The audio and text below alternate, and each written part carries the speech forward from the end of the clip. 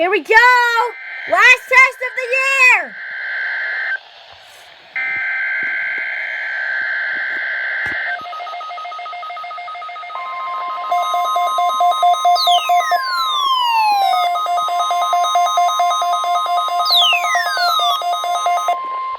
This is the National Weather Service Office in Amarillo. The preceding signal was a test of the NOAA All Hazards Radio Public Warning System.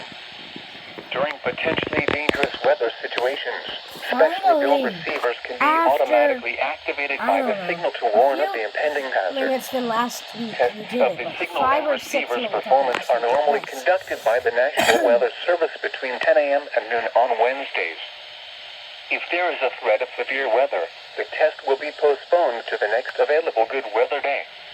Reception of this broadcast, and especially the warning alarm tone, will vary at any given location. First activation. Normally more noticeable at greater distances from Second the transmitter, activation. can occur even though you are using a good quality receiver in good working order. The warning alarm tone will be activated for hazardous watches and warnings. This concludes the weekly test of the NOAA All Hazards Radio Public Warning System. Finally,